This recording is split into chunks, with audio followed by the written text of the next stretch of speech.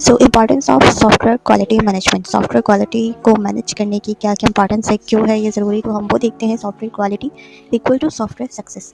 अगर आपके सॉफ्टवेयर की क्वालिटी अच्छी है तो आपका सॉफ्टवेयर सक्सेसफुल है। ये means how much is your software quality, उसके उस पर डिपेंड करता है आपके सॉफ्टवेयर के success level. So there is no other say in this claim. How does it help your business? Here you go. So increase in development team productivity. अपने business को किस तरह से अच्छा बना सकते हैं? So increase in development team productivity. आप अपनी टीम को डेवलप करके, उनकी प्रोडक्टिविटी को डेवलप करके, अपने फर्स्ट जो इसका पॉइंट है वो ये है कि आप अपनी टीम को डेवलप करें। सेकंड है इम्प्रूवमेंट इन प्रोडक्ट क्वालिटी। इससे सेकंड पे है आप अपनी प्रोडक्ट की क्वालिटी को इम्प्रूव करें। थर्ड पे है get more favourable, up to date and precise defect tracking and test statistics for your website और मोबाइल ऐप टेस्ट स्ट्रेटजीज। अब ये यहाँ पे कह रहे हैं कि अप टू डेट, यानी जो आपका गेट मोर फेवरेबल, कस्टमर की रिक्वायरमेंट से मीट होना चाहिए, बिल्कुल टाइम पे होना चाहिए आपका project submission. Precise defect tracking होनी चाहिए, मतलब डिफेक्ट जो है उसका बग ना हो कोई। इस तरह के जो टेस्टिंग स्ट्रेटजीज़ हैं वो अपने अपनानी है और उसको इम्प्लीमेंट करना है कि किसी किस्म का कोई बग तो नहीं रह गया, कोई एरर तो नहीं है, तो वो आपने रिजॉल्व करना होगा। उसके बाद है bring down rework cost as soon as your detect your defects in the software development life cycle and software testing life cycle. Software testing life cycle क्या है? सॉफ्टवेयर को टेस्ट करने का, इसके भी पूरा एक लाइफ साइकिल है, उसको भी हम देखेंगे। सॉफ्टवेयर को बनाने के बाद हम उसको टेस्ट करते हैं। So next point to take your confidence level to the next stage when you bring product development and test management strategies. Next step पे आपने मूव करना है। अब डेवलप हो गया प्रोडक्ट, टेस्ट मैनेजमेंट स्ट्रेटजीज पे इसको मूव करते हैं। Save more time and budget. अपना बजट भी देखना है आपने, कॉस्ट देखनी है। मीन्स आपका जो प्रोजेक्ट है वो बजट को लेके चलेगा, उसी बजट में काम हो जाए, ज़्यादा बजट की ज़रूरत ना पड़े, एक्सपेंसिव ना हो, और अपना टाइम सेव करना है। Take your client confidence and customer satisfaction to heights. अपने क्लाइंट को आपने फर्स्ट प्रायोरिटी देनी है, तो अपने क्लाइंट को, कस्टमर को आपने सेटिस्फाई करना है। अब वो आप पे डिपेंड करता है, आपकी कम्युनिकेशन स्किल इतनी अच्छी होनी चाहिए कि उनको किस तरह से सेटिस्फाई करना है। And help with user experience experts के थ्रू आप हेल्प ले सकते हैं। So move to the next slide. अब एक्टिविटीज़ और software quality management. Software quality को मैनेज करने के लिए एक्टिविटीज़ है। क्वालिटी को अश्योर करना, क्वालिटी को प्लान करना और क्वालिटी को कंट्रोल करना। क्वालिटी क्या है? स्टैंडर्ड है। स्टैंडर्ड आपको जो सॉफ्टवेयर है, अच्छा क्वालिटी एश्योरेंस क्या, पहले वो देखते हैं। Q A aims to developing organisational procedures and standard for quality at organisational level. आप, अच्छा ये इनका यहाँ पे एम बताया है। एम क्या है इनका? डेवलपिंग ऑर्गेनाइजेशनल प्रोसीजर्स को डेवलप करना और उसके स्टैंडर्ड को डेवलप करना for quality at organisational level, यानी मार्केट प्लेस के हिसाब से या ऑर्गेनाइजेशनल लेवल के हिसाब से, उनकी रिक्वायरमेंट के हिसाब से उसका स्टैंडर्ड सेट करना, उसके प्रोसीजर्स सेट करना। तो ये है क्वालिटी एश्योरेंस का एम। उसके बाद quality planning. Select applicable procedures. Applicable procedure को सेलेक्ट करना है standard for a particular project. Standard procedures और स्टैंडर्ड आपने सेलेक्ट करना है एप्लीकेबल किसी भी पर्टिकुलर प्रोजेक्ट के लिए। And modify as required to develop a quality plan, तो उसको मॉडिफाई करना है। देन है quality control, ensure that best practices and standards, ensure करना है बेस्ट प्रैक्टिसेस को, स्टैंडर्ड्स को। अगर हम इसकी क्वालिटी एश्योरेंस क्या होता है? अपने अश्योर का मतलब क्या होता है? यकीन दिलाना, यकीन दहानी कराना किसी भी, अपने फॉर एग्जांपल आपका एक क्लाइंट है, आपने उसको एक प्रोजेक्ट बना के दिया है, अब आप उसको यकीन दिला रहे हैं कि आपका प्रोजेक्ट जो उन्होंने दिया है वो बिल्कुल सेम था, ये जो उनकी रिक्वायरमेंट थी उसके मुताबिक है। उसकी प्लानिंग करना और उसको कंट्रोल करना। ये प्रोडक्ट के बारे में बात होगी। प्रोडक्ट को ही हम अश्योर करते हैं, प्रोडक्ट की प्लानिंग करते हैं, प्रोडक्ट को कंट्रोल करते हैं। कंट्रोल जैसे मैनेजमेंट है। बाद में अगर कोई किसी किस्म की चेंज कराना हो तो उसको हमें कंट्रोल करना आना चाहिए। ये रहा क्वालिटी मैनेजमेंट। क्वालिटी को कंट्रोल करना है, कंट्रोल कर सकते हैं हम टेस्टिंग एक्टिविटीज़ के थ्रू। फिर क्वालिटी को अश्योर कर सकते हैं preventing defects, stakeholders responsibility, जो आपने चेक करना है, मैच करना है कस्टमर की रिक्वायरमेंट से, और जो आपने अपना डिज़ाइन किया है प्रोडक्ट, उसमें क्या क्या चीज़ें, क्या क्या फीचर्स हैं, उनको आपस में मैच करना है कि आया वो कस्टमर से मीट कर रहा है, कस्टमर की रिक्वायरमेंट से या नहीं। दैन क्वालिटी की प्लानिंग हम किस तरह से करते हैं? क्वालिटी को एनालाइज करके क्वालिटी की प्लानिंग हम अश्योर कर सकते हैं। क्वालिटी प्लानिंग में बहुत सारी चीज़ें आ जाती है। कस्टमर की रिक्वायरमेंट आ जाती है, प्रोजेक्ट रिक्वायरमेंट आ जाती है, आपका बजट, कॉस्ट, सब चीज़ें आ जाती हैं। ओके, नेक्स्ट टॉपिक की तरफ मूव करते हैं। स्टार्ट कर रहे हैं हम नेक्स्ट टॉपिक। इसका कंटेंट है job responsibility of project manager, इसके requirement for project manager, project planning and procedures, ordering. Project manager कौन होता है? जो प्रोजेक्ट को मैनेज करता है। इसकी रिस्पॉन्सिबिलिटीज़ क्या होती हैं? सबसे पहले है प्लानिंग। प्रोजेक्ट मैनेजर प्लानिंग करता है। प्लानिंग किस चीज़ की? प्रोजेक्ट की, कि प्रोजेक्ट में क्या क्या काम होगा, किस तरह से होगा, कितने कस्टमर्स रिक्वायर होंगे, कितने टीम रिक्वायर होगी, कौन कौन सी टीम, कितने पर्सन्स, कितना कॉस्ट है, कितना बजट है, ये सब चीज़ें प्लान करेगा। उसके बाद ऑर्गेनाइजिंग, उनको अरेंज करेगा, ऑर्गेनाइज करेगा, जो कुछ उसने प्लान किया है उसी को वो सॉर्ट करेगा, सिंपल। दैन स्टाफिंग, स्टाफिंग क्या, वो एक टीम सेट करेगा, उनको उनकी ड्यूटीज़ असाइन करेगा, कितने स्टाफ रिक्वायर होगा तो वो उसके लिए स्टाफ हायर करेगा, उनको डायरेक्ट करेगा, डायरेक्टिंग करेगा मीन्स उनको डायरेक्ट करेगा कि इंस्ट्रक्ट करेगा कि क्या क्या काम करना है, अप टू डेट हैं वो लोग या नहीं, मीटिंग्स करना, तो ये सब चीज़ें प्रोजेक्ट मैनेजर करता है। दैन फिर मॉनिटर अपने ही स्टाफ को मॉनिटर करेगा, डायरेक्टिंग मॉनिटरिंग दोनों एक ही चीज़ है। उसके बाद कंट्रोलिंग, ये भी एक ही चीज़ है। उसके बाद इनोवेटिंग, न्यू आइडियाज़ लेके आएगा, उनको इनोवेट करेगा और ये बताएगा कि आप अपने प्रोजेक्ट को किस तरह से इनोवेट कर सकते हैं। उसके बाद रिप्रेजेंटिंग, रिप्रेजेंटिंग मीन्स प्लानिंग से लेके कस्टमर से मीट की प्रोजेक्ट मैनेजर ने और कस्टमर को डिलीवर किया, वो अपना प्रोजेक्ट रिप्रेजेंट करेगा, प्रोजेक्ट मैनेजर। तो ये थी job responsibilities for project manager. Okay, so project manager के लिए क्या क्या स्किल्स होनी चाहिए? फर्स्ट है मैनेजरल स्किल, मैनेज करना आना चाहिए। टेक्निकल स्किल होनी चाहिए, उसमें प्रॉब्लम सॉल्विंग स्किल, किसी भी प्रॉब्लम में फंस जाए तो क्या करें, उसको किस तरह से सॉल्व करना है, टेंशन नहीं देनी है ना लेनी है। Then coping skill, coping means copy नहीं करना, डीलिंग, कन्विंस करना, इंट्रक्शन मीन्स कस्टमर को डील करना, अगर आप बजट अप लेवल करना है या तो कोई, या फिर आपने टाइम इंक्रीज़ करवाना है कस्टमर से, उनको कन्विंस करना किसी भी चीज़ के लिए, कस्टमर डीलिंग, तो वो वाली स्किल्स होनी चाहिए। तो वो कम्युनिकेशन में ही लाई करेगा, लास्ट में कम्युनिकेशन, दोनों मैचिंग स्किल्स हैं। उसके बाद प्रॉब्लम सॉल्विंग स्किल्स अच्छा रिपीट हुआ है। लीडरशिप स्किल, लीडरशिप स्किल्स होनी चाहिए, लीडरशिप होनी चाहिए, ये नहीं कि आप लीडर बने बैठे और कोई बात ही नहीं सुन रहा है आपकी, तो मीन्स वो वाली स्किल नहीं है, तो लीडरशिप स्किल्स होनी चाहिए। दैन है project planning. So project planning क्या है, इस फेज़ में क्या करते हैं? प्रोजेक्ट की जब भी आप प्लान करेंगे तो आपने तीन चीज़ों को जो है नोट डाउन करना है या अपने माइंड में रखना है। फर्स्ट है कॉस्ट, कॉस्ट किसकी, आपके प्रोजेक्ट की और आपकी कंपनी की, या आपका जो बजट है वो, दोनों देखना है, आपने माइंड में रखना है क्या है, किस तरह से है, उसको किस तरह से मैनेज करना है, ये सब चीज़ें। Then duration, time duration, customer जो आपको प्रोजेक्ट दे रहा है उसको जिस टाइम पे चाहिए आपने चेक करना है कि इसी टाइम पे आपका प्रोजेक्ट कंप्लीट हो सकता है या नहीं, अगर नहीं हो सकता है तो पहले से ही उनको कन्विंस करें। तो ड्यूरेशन आपने देखना है। दैन एफर्ट तो वही है कि कितनी एफर्ट आपकी यूज़ होगी, कितने स्टाफ है, वो स्टाफ पर बेस करता है। अगर कम लोग हैं तो एफर्ट ज़्यादा होगी, अगर ज़्यादा लोग हैं तो एफर्ट कम यूज़ होगी।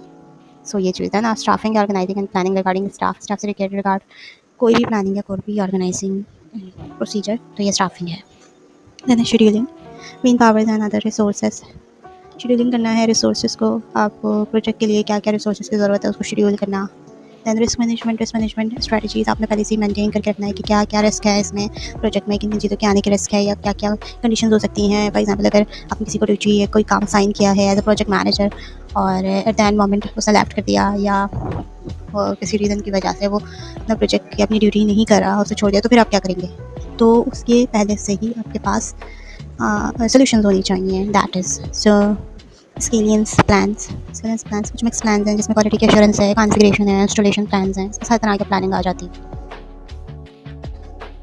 If talk about precedence ordering, तो प्रेसिडेंस ऑर्डरिंग की हम बात करें तो सबसे पहले है कस्टमर की एफर्ट या एस्टिमेशन। एफर्ट एस्टिमेशन उसके टाइम पे बेस्ड करती है, कितने एफर्ट बेस्ड करती है बेसिकली स्टाफ पे। Size estimation, duration estimation, project staffing, सबका आपस में लिंक है। किस तरह से एफर्ट के लिए कितने साइज़ का प्रोजेक्ट है, कितने टाइम में बन सकता है और कितने प्रोजेक्ट स्टाफिंग की ज़रूरत होगी हमें। अगर ज़्यादा स्टाफ यूज़ करेंगे तो एफर्ट कम होगी। अब ये भी देखना है कि साइज़ इतना है प्रोजेक्ट का, यानी कितना बड़ा साइज़ है या क्या ड्यूरेशन है, ये सब चीज़ें देखनी है कि वो अप्रोप्रिएट है या नहीं। दैन कॉस्ट एस्टिमेशन, इन सब की बेस पे कॉस्ट है, और शेड्यूलिंग इनकी बेस कॉस्ट, इन सब चीज़ों को एक सर्कल को आपने ड्रॉ करके फिर उसके बेस पे शेड्यूलिंग करना है या प्लान करना है। कितनी एफर्ट यूज़ होगी, कितने साइज़ के प्रोजेक्ट के लिए, कितनी ड्यूरेशन और कितने स्टाफ की ज़रूरत होगी और कितनी कॉस्ट रिक्वायर होगी, तो इसको पूरे को शेड्यूल करना इज़ द प्रोसीडेंस ऑर्डरिंग। या नेक्स्ट टॉपिक की तरफ मूव करते हैं, रिस्क मैनेजमेंट। अब हम क्या देखेंगे, रिस्क को मैनेज करना। Risk is an uncertain event और condition that if it is occur has a positive and negative effect on a project's objective। Risk क्या है? एक अचानक होने वाला एक ऐसा इवेंट है जो कभी भी अकर हो सकता है, कोई भी प्रॉब्लम। तो क्या कर सकते हैं, आपके प्रोजेक्ट के जो ऑब्जेक्टिव है, प्रोजेक्ट का जो मकसद है या जो उनकी रिक्वायरमेंट है उसको उस पर इफेक्ट डाल सकती है, पॉजिटिव भी नेगेटिव भी, हर तरह का इफेक्ट उस पर डाल सकती है। तो risk management plan is a document ये एक मैनेज करना। Project manager prepares to foresee risk, ये प्रोजेक्ट मैनेजर का काम होता है कि क्या क्या रिस्क आ सकते हैं, कितने इम्पैक्ट देगा वो, एस्टिमेट इम्पैक्ट यानी क्या क्या रिस्क आ सकते हैं और कितना ज़्यादा इम्पैक्ट करेगा आपके कस्टमर को या आपके प्रोजेक्ट के ऑब्जेक्टिव को। And define responses to risk, और उसके रिस्पॉन्सेज या उसके सॉल्यूशन आपने पहले से ही डिफाइन करने हैं। तो रिस्क दो तरह के होते हैं, रिएक्टिव और प्रोएक्टिव रिस्क मैनेजमेंट स्ट्रेटजीज। ये इसकी स्ट्रेटजीज हैं। ये reactive that tries to reduce the damage of potential threats and speed up an organization's recovery from them, but assume that those loss will happen eventually. पहले proactive देखते हैं। Proactive risk management identifies possible threats. अच्छा, ये था कि पहले से ही वो आइडेंटिफाई कर लेते हैं क्या क्या क्या पॉसिबल थ्रेट्स हैं और aims to prevent those events from ever happening in the first place. क्या मीन्स अब पहले आपके कौन कौन से जो हैं वो रिस्क हो सकते हैं, प्रॉब्लम्स आ सकती हैं, उसको पहले से ही कर। प्रोएक्टिव मीन्स ये कि पहले से ही एक्टिव हो जाना उसके बारे में। रिएक्टिव है उसके होने के बाद एक्टिव होना, यानी डैमेज हो गया है या डैमेज को कम करना है, उसकी रिकवरी। तो ये है रिएक्टिव। टाइप ऑफ रिस्क, किस तरह के रिस्क हो सकते हैं? There are 3 types of risk, business, technical and project. Business risk वो रिस्क हैं जो कंपनी को नुकसान दे, एक्सपोजर कंपनी और organisation has to factor that will lower its profit और लेड इट टू फेल। अब आपका प्रॉफिट, फॉर एग्जांपल आपने कोई प्रोजेक्ट डील कर लिया, साइन किया, और उसका बजट ज़्यादा है या उनके एक्सपेंसेस कॉस्ट ज़्यादा है और कंपनी को उससे कोई फ़ायदा नहीं हो रहा। जितना भी उन्होंने कॉस्ट थी या बजट था उस वो सारा का सारा उनके रिसोर्सेज पर ही यूज़ हो रहा है, तो कोई प्रॉफिट नहीं हो रहा। तो ये भी देखना है, तो ये कंपनी के लिए नुकसानदेह है, तो ये बिज़नेस वाला काम नहीं है। टेक्निकल रिस्क की बात करें, refers to the likelihood of software breakdown that can impair company system landscape. With proper assessment organisation can mitigate this technology risk and optimise the business intelligence. आपकी बिजनेस इंटेलिजेंस होनी चाहिए कि कोई बड़ा breakdown हो जाए, सॉफ्टवेयर ब्रेकडाउन हो जाए तो क्या करना है, कंपनी के इस पर रेपुटेशन पे इफेक्ट कर जाएगा। तो ये वाली चीज़ें भी देखनी है। कोई बहुत बड़ा प्रोजेक्ट भी नहीं हो, उनके रिसोर्सेज को देख के फिर प्रोजेक्ट आपने जो है वो कस्टमर से लेना है। Then project risk is the possibility for project to कोई प्रोजेक्ट रिस्क है, प्रोजेक्ट के हवाले से कोई भी रिस्क, कोई भी प्रॉब्लम आ सकती है प्रोजेक्ट से रिलेटेड। बिजनेस से रिलेटेड प्रॉब्लम थी, प्रोजेक्ट से रिलेटेड प्रॉब्लम थी। टेक्निकल रिस्क वो टेक्निकल मसला है, वो ना प्रोजेक्ट का है ना बिजनेस का है ना आपका खुद का है, वो टेक्निकल खुद से जो आने वाला मसला है वो है। So move to the next slide. Risk table of content है, रिस्क को आइडेंटिफाई करना, असेस करना, ट्रीट करना और मॉनिटर करना। ये रिस्क को असेस करना, पहले मेजर करना या आइडेंटिफाई करना क्या क्या रिस्क हो सकता है, उसको असेस करना, एनालाइज करना, फिर एवेल्यूएशन में है उसको ट्रीट करना, उसको कैसे रिजॉल्व करना है वो, फिर उसको मॉनिटर करना, मैनेज करना। तो move to the next. Risk management process है, risk identification, what might go wrong, क्या हो सकता है आपके सॉफ्टवेयर में, क्या क्या मिस्टेक्स आ सकती हैं, क्या क्या एरर हो सकता है। Then assessment and analysis, assessment of probability and impact. Assess करना और एनालाइज करना, आपने तो पहले रिस्क को एनालाइज किया, अब आपने ये देखना है कि वो रिस्क आपके प्रोजेक्ट पे कितना अफेक्ट करता है। हायर लेवल है तो उसको सॉल्व करना है, अगर बहुत माइनर सा है तो ज़रूरी नहीं है उसको रिजॉल्व करने की। सो ये, और फिर प्लान, उसकी प्लानिंग करना है। Okay, move to the next topic.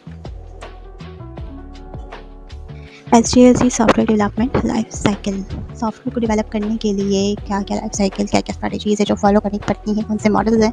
तो फर्स्ट आपने जो मॉडल सुना होगा, जाहिल का सुना होगा, लेटेस्ट मॉडल है, सबसे ज़्यादा एप्लीकेबल है, मोस्टली पाकिस्तान की इंडस्ट्रीज़ यही मॉडल यूज़ कर रही हैं। तो मूव करते हैं हम अजाइल की तरफ। Okay, agile methodology. The agile methodology is a project management approach that involves breaking the project into phases and emphasizes continuous collaboration and improvement in teams flow, a cycle of planning, execution and evaluating. तो इसको हम छोड़ते हैं। Agile means to move very quickly and easily. Agile means, पहले हम इसका जो word है agile, इसके मीनिंग देखते हैं। Agile means to move very quickly and easily, बहुत quickly और बहुत easily मूव करने वाला। It is ability to create and respond to changes, के पास एबिलिटी है क्रिएट करने की और चेंज करने की। मोस्ट यूजेबल लेटेस्ट मॉडल है, ये इसके फीचर्स हैं, की फीचर्स हैं, की पॉइंट है, वो कह सकते हैं। अजाइल मेथोडोलॉजी फर्स्ट पे है प्लान करना, डिज़ाइन करना, डेवलप करना प्रोजेक्ट को, फिर टेस्ट करना, डिप्लॉय करना, रिव्यू करना। हम इसको देखेंगे ये क्या है। जब भी हम बात करते हैं अजाइल की, तो प्लान प्रोजेक्ट से रिलेटेड प्लानिंग, सबसे पहले कस्टमर से आपने रिक्वायरमेंट गैदर करनी है, दैन फिर उसको इसमें क्या क्या चीज़ मैथडोलॉजी अप्लाई होगी, क्या क्या मैथड यूज़ होगा, उसको डिज़ाइन करना है, फिर डेवलपमेंट में इम्प्लीमेंटेशन है, कोडिंग है, ये काम है, फिर टेस्टिंग में जो कोड आपने इम्प्लीमेंट किया उसको टेस्ट करना, फिर डिप्लॉय है, डिलीवरेंस है, रिव्यू है, फीडबैक है। और agile methodology is breaking the project into phases. Phases means आपने अपने प्रोजेक्ट को चंक्स में या फेजेस में ब्रेक कर दिया और फिर उस पर काम कर रहे हैं। फॉर एग्जाम्पल, फ्रंट एंड अलग ब्रेक कर दिया, फ्रंट एंड का पार्ट अलग है, बैक एंड अलग है, PHP जो इनकी आपस में वो है कनेक्शन है वो अलग है, वो काम अलग हो रहा है, और उस पर डिज़ाइनिंग फेज़ है वो अलग है, रिक्वायरमेंट गैदर, डॉक्यूमेंटेशन वो अलग हो रही है। तो ये काम अपने अलग अलग डिफाइन कर दी, just like that small chunk known as iteration. जो भी हम स्मॉल चंक्स में आप काम को करते हैं उसको आइट्रेशन कहते हैं। फॉर एग्जाम्पल एक बड़ा प्रोजेक्ट है, लार्ज प्रोजेक्ट, तो आपने 3 स्मॉलर प्रोजेक्ट या चंक्स में डिवाइड कर दिया। Small chunk small chunk small chunk means 3 iteration, हम आइट्रेशन कहेंगे, आइट्रेशन कहते हैं उसे, ठीक है। दैन फिर उसको रिलीज़ कर दिया, डिफाइन करने के बाद उसको सॉल्व किया, सब कुछ करना, हमने स्ट्रैटेजीज अप्लाई की, इम्प्लीमेंटेशन की, डिज़ाइन किया। अब जब डिलीवरेंस मीन्स रिलीज़ किया, वो कस्टमर को डिलीवर नहीं किया, वो प्रोजेक्ट मैनेजर को डिलीवर किया है। फिर फीडबैक लिया, अगर कोई चेंजेस की नीड है तो फिर वो दोबारा जाएगा इस लेवल पर, फिर वो चेंज होगा, नहीं है तो ओके है। फिर एनहांसमेंट है, फिर रिलीज़, री रिलीज़ दोबारा से, अगर कोई चेंजिंग की ज़रूरत है उसको दोबारा चेंज करना और फिर री रिलीज़ कर देना, लाइक दैट। फर्स्ट स्प्रिंट है, सेकंड स्प्रिंट है, थर्ड स्प्रिंट है, 3 इसके चंक्स हैं और तीनों चंक्स में एक साइकिल काम हो रहा है, एक दूसरा काम तीसरा, इस तरह से इसके जो डायरेक्शन है वो देखिए किस तरह से इस पर काम हो रहा है। तो ये है एजाइल मेथोडोलॉजी। इसके एडवांटेजेस देखते हैं हम।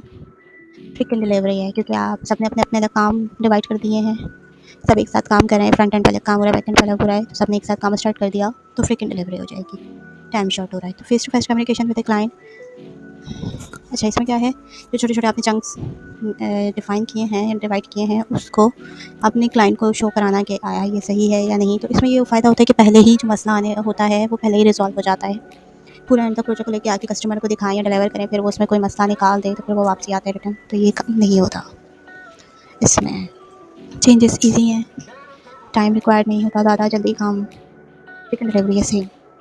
कॉन्स की बात करें तो डॉक्यूमेंटेशन कम होती है, इसमें कस्टमर की इन्वॉल्वमेंट बहुत ज़्यादा होती है, कस्टमर तंग भी आ जाता है कभी कभी, बार बार क्यों दिखा रहे हैं, तो ये वाला काम भी नहीं करना। देखो more resources and workers required है, क्योंकि आप हायर लेवल पे काम कर रहे हैं, अपने जल्दी काम कवर करना है, तो वर्कर्स ज़्यादा रिक्वायर होंगे।